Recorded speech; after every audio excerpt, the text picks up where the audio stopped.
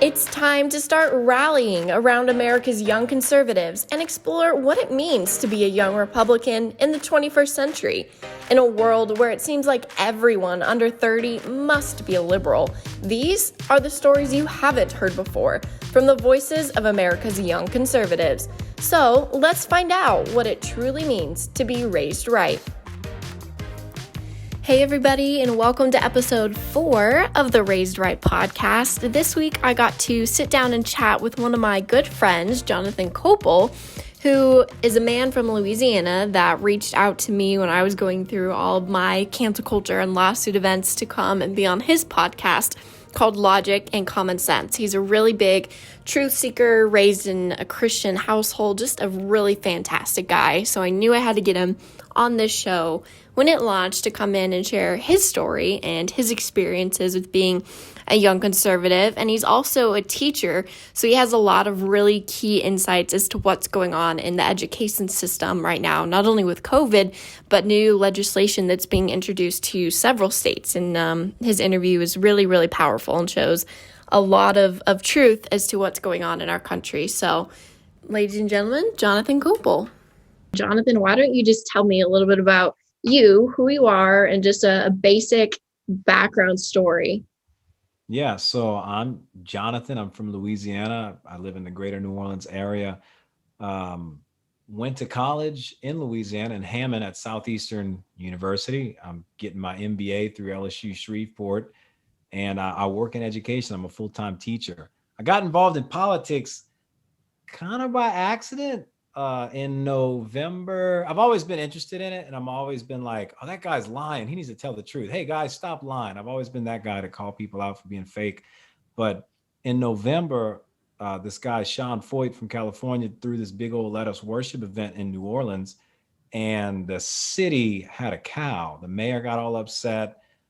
It was on the news. Nobody wanted to speak out against the mayor because the mayor basically attacked the event, the Let Us Worship event. They had like 3,000 people show up. This event was at the same space as a Black Lives Matter protest, a monument destruction protest, and nobody said anything about those gatherings. But when we did the Let Us Worship gathering, which was a Christian event, Lauren Daigle actually showed up. And I think that's what really made the mayor mad, because Lauren Daigle came by. She showed up on a bicycle, like with some friend of hers, literally just like in the crowd, like, oh, hey, look, there's an event happening. I guess I'll stop by. And nobody wanted to speak on TV about it with the news people. And my friend spoke at the event. So I said, hey, let's go talk on TV and tell these guys we have rights too. And they, can't just bully us around. And that's kind of where it started in November. Before that, I had just opened up a Turning Point chapter, an activism hub in my parish. Most of the country has counties, but Louisiana has what we call a parish, which is probably similar to a county. I don't know what a county is because I've never lived in a county. I've always lived in a parish. So ever since then, I have been rolling. I went to, what was it? The Student Action Summit, where I thought I was going to meet you, but you weren't able to go. I know it was fun. I got involved in that, spoke on, what was it, the Epic Times about some things, just went to CPAC. I was on NBC.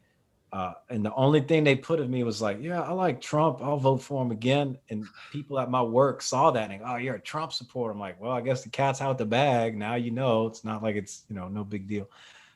So I've been running and gunning, just speaking out, being an outspoken conservative, winning friends, losing friends, just trying to get my MBA, hustling, entrepreneur, doing that, trying to work myself out of education because it's a pretty liberal environment. It's a government sponsored job. I really don't know if I want that for a long time. So that's me. That's where I'm at. I love it. That's great. And what I really like about you, Jonathan, is that when we connected and you had me on your podcast, Logic and Common Sense, which is a super great experience, you always just struck me as a guy who was just who he was unapologetically. He didn't care what people thought about him, what they said. You were just you. And that was something that I learned from you and had always admired you for. And that's why I wanted to have you on this show. But I'm also curious, had you always been that way? I know you said you got into politics accidentally, but, did you come from a conservative background? Was it just learning about it yourself? Or how did you get to be that strong? So that actually comes from my Christian faith, just being bold as a lion and not really caring about opinion, mostly caring about principle and truth. Obviously, truth is kind of, you can't really dispute facts, and so when people don't like it, all you can do is present it, and it is what it is. If people don't take truth, well, they got something wrong with them. I mean, if I'm telling you the sky is blue and you look up and the sky is blue, but you're trying to tell me it's red, I'm not the one with the problem. You're the person with the problem. So at that point, there's nothing I can do for you. So I grew up definitely in, say, a more conservative household, not like a political household at all, but very what you would call a standard conservative mom and dad, traditional family, brother and sister. Dad works a blue collar job, mom helps dad, kind of thing. And that's how I grew up. Yeah.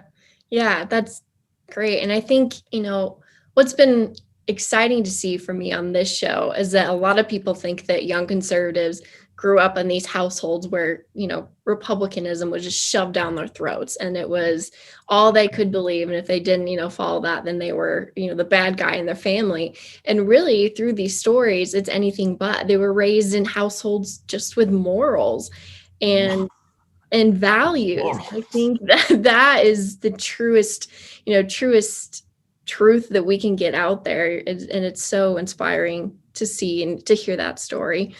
So obviously you've had your fair share in the education system now, not only teaching, but also a student yourself. So tell me a little bit about your experience as being a conservative in two different college settings.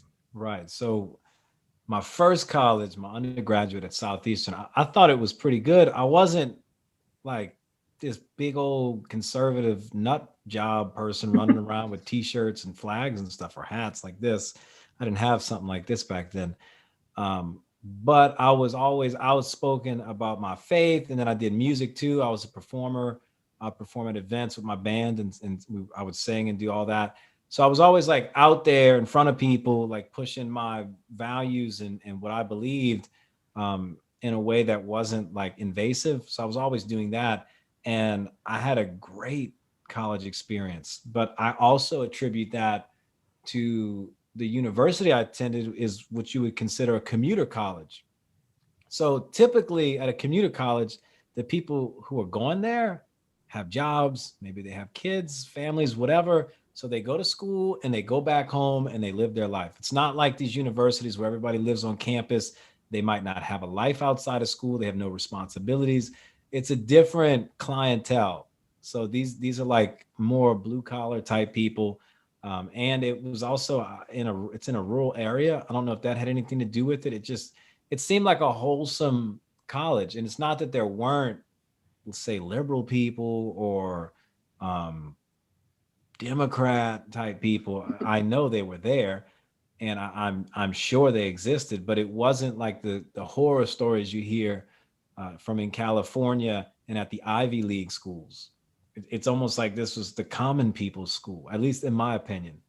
Right. And you could probably have conversations with the other side without, getting death threats or harassed or anything. And I think that's what we're trying to do, right? We're just trying to bridge the gap between these two starkly different, Yeah. belief But systems. also think of this, before Donald Trump was on the scene, people were not as militant, and that's the word I want to use. They were not as militant as they are today.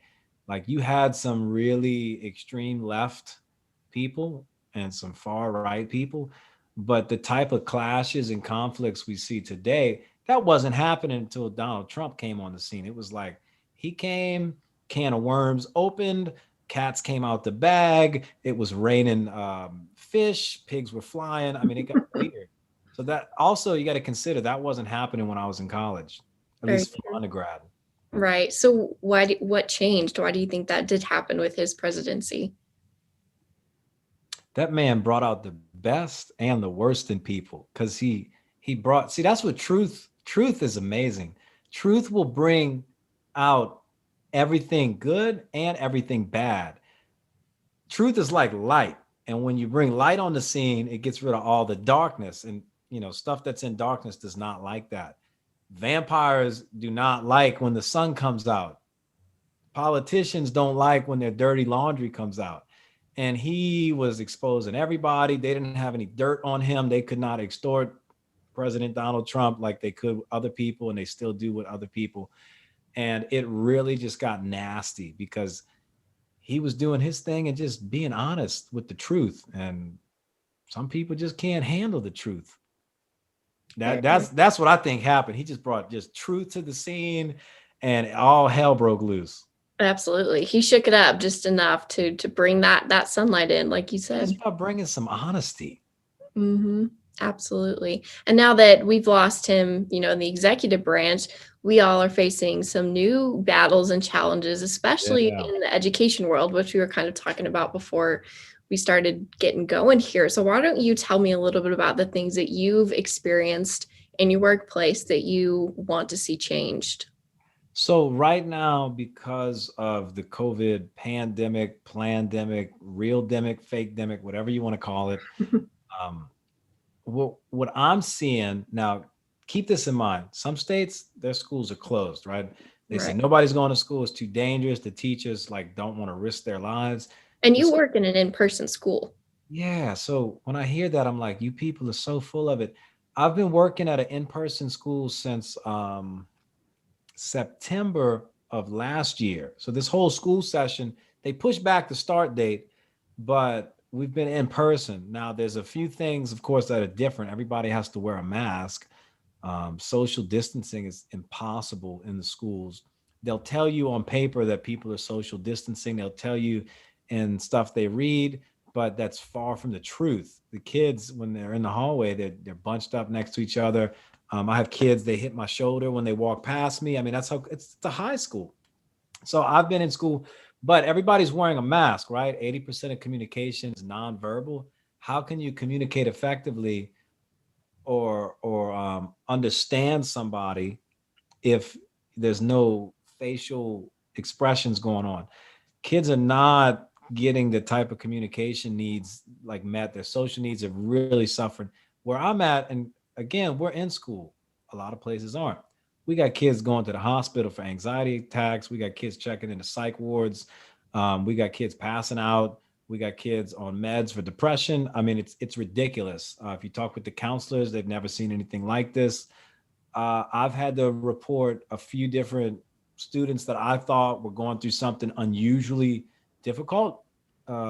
There's certain things that may be normal for a teenager, and then some things that you see and you're just like, there's something seriously wrong, and we got to go investigate and see what's going on. I've had to do that this year. I've never had to do that before. And I talk with coworkers, people that I work with, other teachers. It's in their classrooms too. It's not just the students I see. So it's all across the board.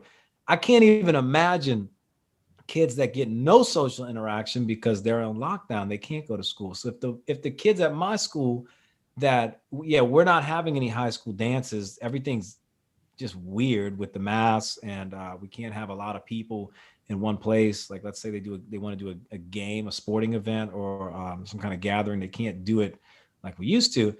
If these kids are affected, just imagine the ones that aren't in school and what they're going through. I mean, you hear the kids in California, they have signs. They're like, we don't want to become Zoom zombies. Let us go to school. Let us go to school.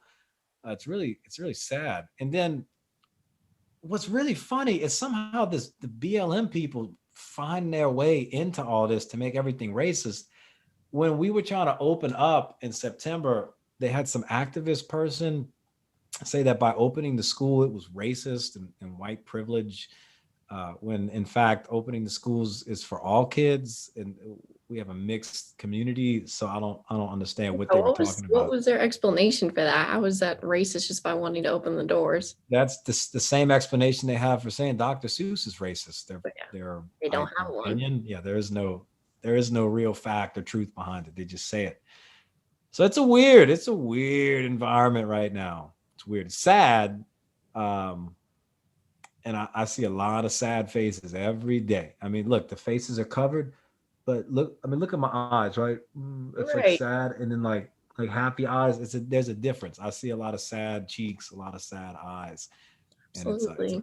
it's a tough place to be, even for me, because it gets depressed. You're around a bunch of depressed people, you get depressed. So Right. it's tough to stay optimistic and to stay joyful and to stay happy all the time when you're around all these kids that are just so down.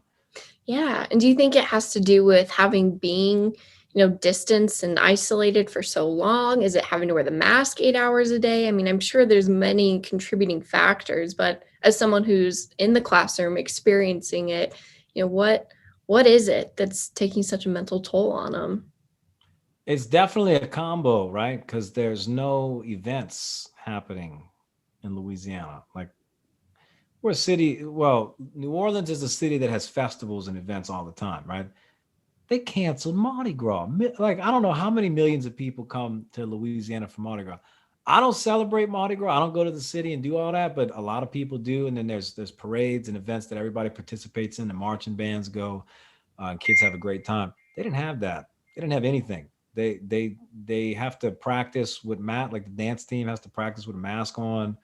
Um, it's a combination of factors. I remember sporting coaches saying you can't go hang out with your friends and we don't want you attending any kind of gatherings because if you get COVID, then the whole team has to quarantine. Oh, so check this out. If you sit next to somebody with COVID, you have to get quarantined for 7 to 14 days or whatever. That's what they're doing here too. I have a Okay. younger brother that's in high school and he's got sent home twice to quarantine for however long they have to, simply because So when, in their class had it. imagine this, right? You got one kid who's every time he comes back from quarantine, they quarantine his behind again. And he's never had COVID. So this kid loses it. He's like, I can't take it anymore. And that's a lot of kids right now because they're coming back to school. And every time they come back, they're like, why the hell are you quarantining me? Like, what did I do? I just want to be in school. And so what happens is their motivation's gone. They're like, well, I'm not even going to go to school. Absences aren't being reported properly. Truancy, which is usually, I guess, a criminal offense, is not being reported because all these sick days are being counted as COVID days. And the schools are getting federal money. I don't know what's going on with the money. I'm not their accountant. I don't want to speculate nothing and be wrong, but they got a lot of kids that are absent, not because of COVID, not because of sickness, simply because they're skipping school because they are just not happy. We started off with close to 2,000 kids on the enrollment. Now we're right at 1,400. So what happened to those 600 students? Does anybody know? Like, can anybody answer that? I don't know what happened to 600. I got kids that I had and then they just gone. I'm like, what the heck is going? Where'd they go? Nothing. Like we don't know. So Right. there's a big problem going on. There's a big problem. That's So education. yeah, it's They're not learning it's either. By the scary. way, there's no learning. They're not getting any quality learning. Do you notice a little bit of a difference for the kids? I mean, in at least the structure of the classroom for the kids that actually are attending in person as opposed to the kids that are stuck online? Yeah, so the kids that are just get lucky and never get quarantined, right? They're doing fine academically.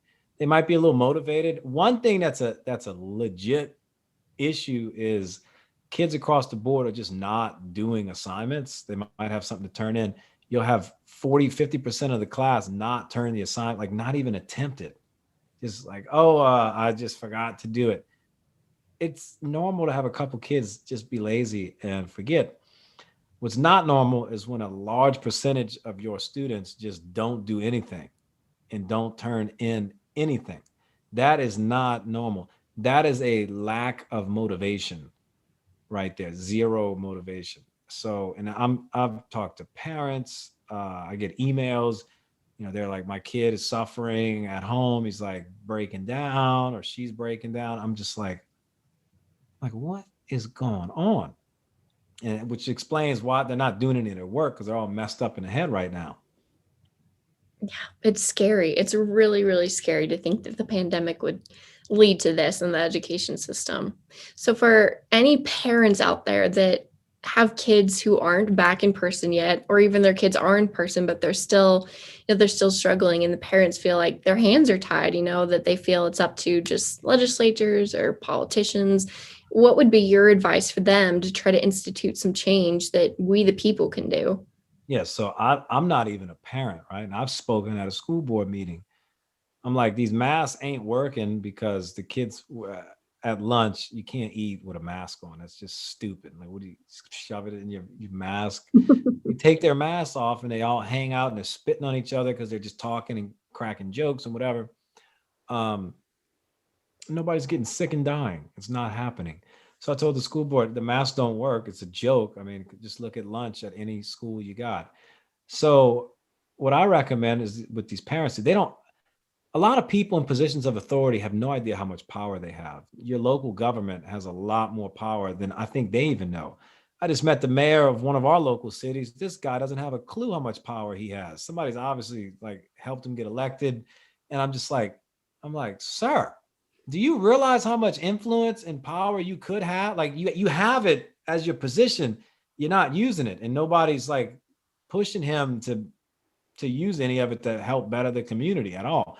So even with these school boards, they have a lot of power. They could vote and say, well, we're going to do it this way. Like the school, was it, I think in Texas, there's a school board that said, yeah, the masks are going to be optional. Hello, the school board did that. So our school boards could do the same thing. The parents just need to show up and stop complaining about it on Facebook and go do something.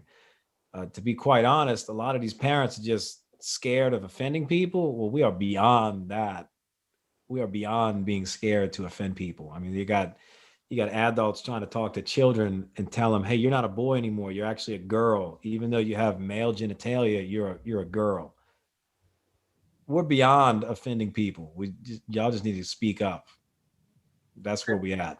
Absolutely. Can you go into a little bit more of that for me? That bill or whatever, is that just a Louisiana thing or is it Okay, nationwide? Or so Louisiana's not having any issues with that right now, but some states are trying to push curriculum to kids as young as in kindergarten.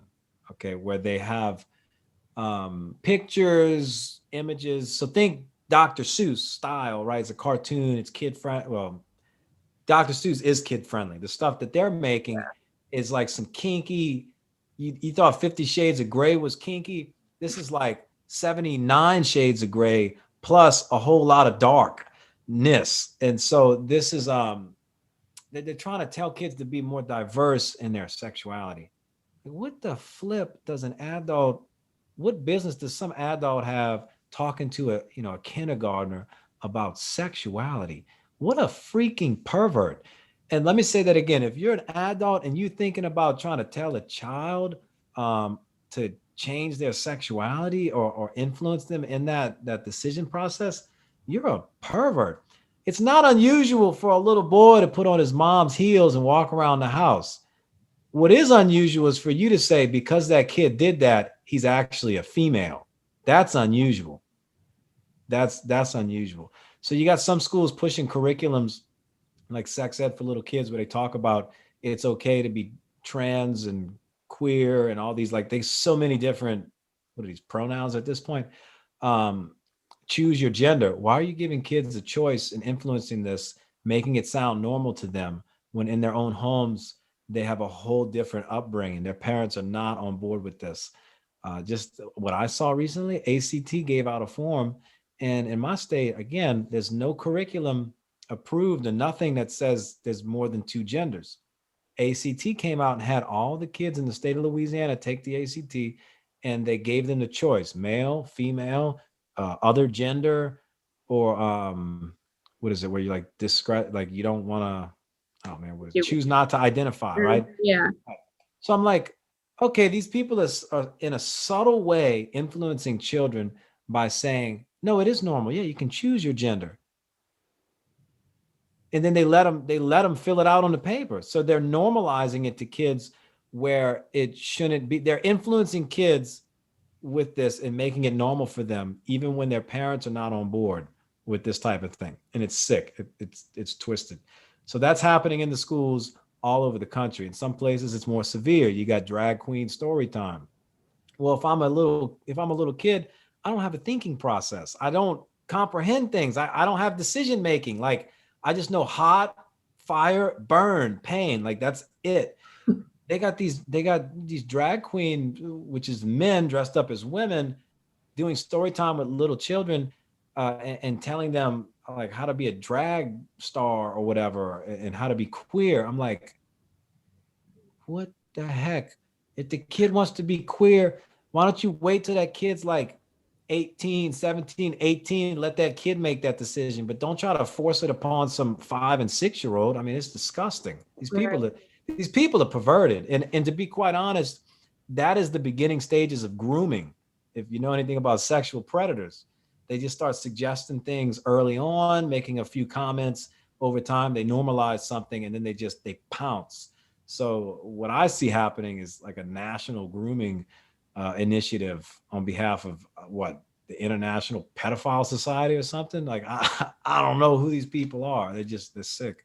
It is. It is. And those are tough conversations that people want to avoid having, but need to be having, especially, as parents that are responsible for those 5, 6 year old to realize, what's happening in those schools. And it's scary. It's a scary place that we're at. But I'm glad we have, people like you in the game to kind of call some attention to it and You rally got around to. it. So absolutely. So what's next for you? What's on the horizon? What's your next goal? That's a good one. That's a good one. All of us young people, I feel like we're in very similar situations where we're like, what's next? What are we going to do next? Of course, I do always. I don't plan on being in education forever. That's not my end goal, right? I'm not trying to retire in education. I have very big ambitions. I'm getting my MBA right now. I'm doing like digital media and marketing stuff. I just partnered up with somebody else who does that as well, and I'm trying to work myself out of my job and continue just being an outspoken conservative, an outspoken Christian, where I just want to expose darkness and speak truth. I mean, is there anything wrong with that? It's yeah, nothing's wrong with that at all. So that's kind of that's my next step, is to eventually transition out of my job into being more of the entrepreneur, making money, doing other things, because I always feel like at any point somebody's going to get offended and I get fired, or I find myself, if I was as lucky as you are, to find myself in a situation like you, where you get wrongfully fired and then get to sue them and have the support of a whole country and people from all over the place.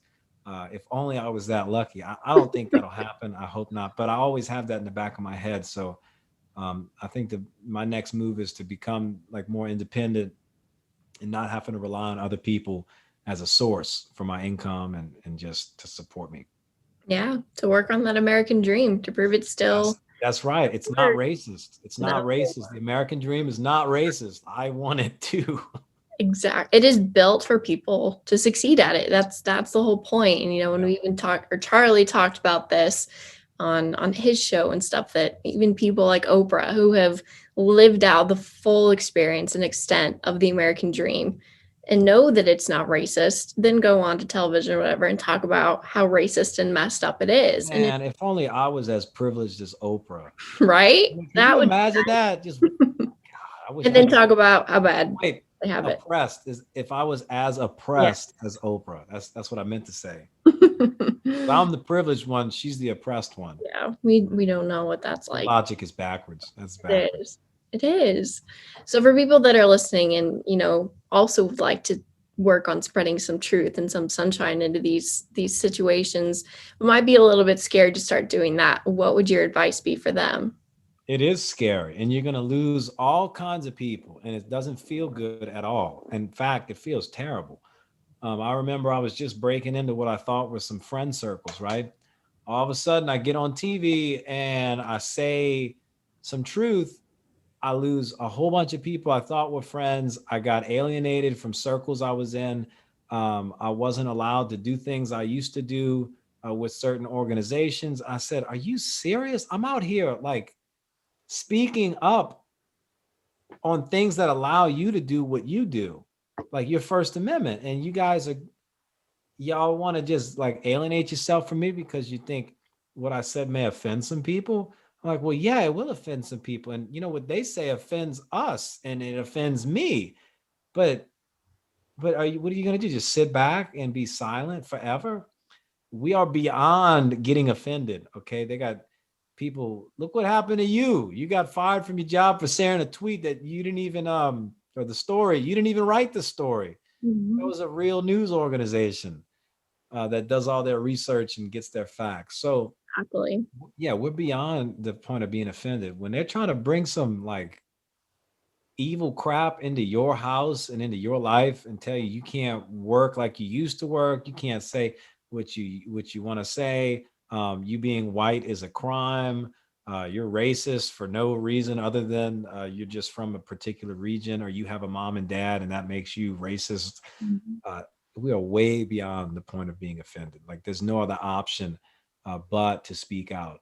Do you speak out in anger? No, you can still speak out in love and do it in a way that's respectful. But man, you count the cost and be ready to pay a price. That's all I got to say.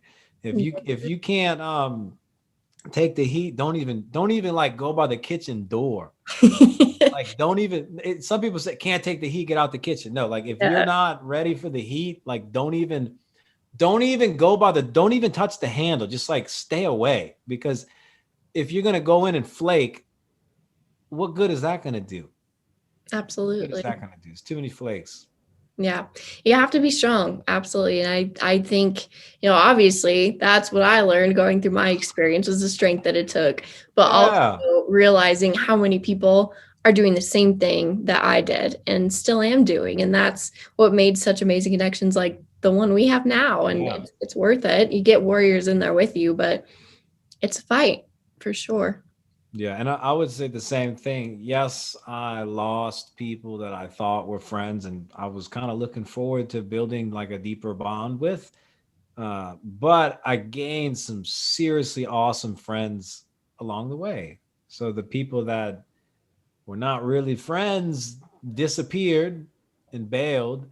And then all of a sudden, I'm like, wait a minute.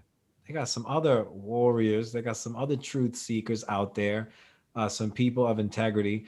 And we linked up and we've become friends. And like, I got to meet you, which is great. I've met some people from all over the country, I've met some people from my state, and it's been good. It's been really good. It's not easy. It's not like the funnest thing losing people, but in life we suffer loss. We It's just do. it's a part of life. Got to just get used to it and get over it. Yeah. And one thing that keeps me going, when you see that happen or happens to you, is that God never takes without giving something greater back. And so, when that happened to me, I was like, okay, this is something greater is going to come out of this, because that's the way of the world. And we keep marching forward.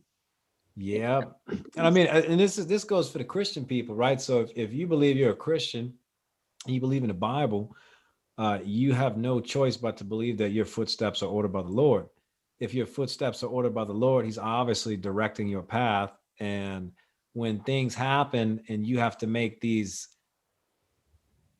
light or dark decisions, do I pick light or do I pick darkness? And you pick light, obviously there's going to be some sort of blessing later down the road, if not immediately.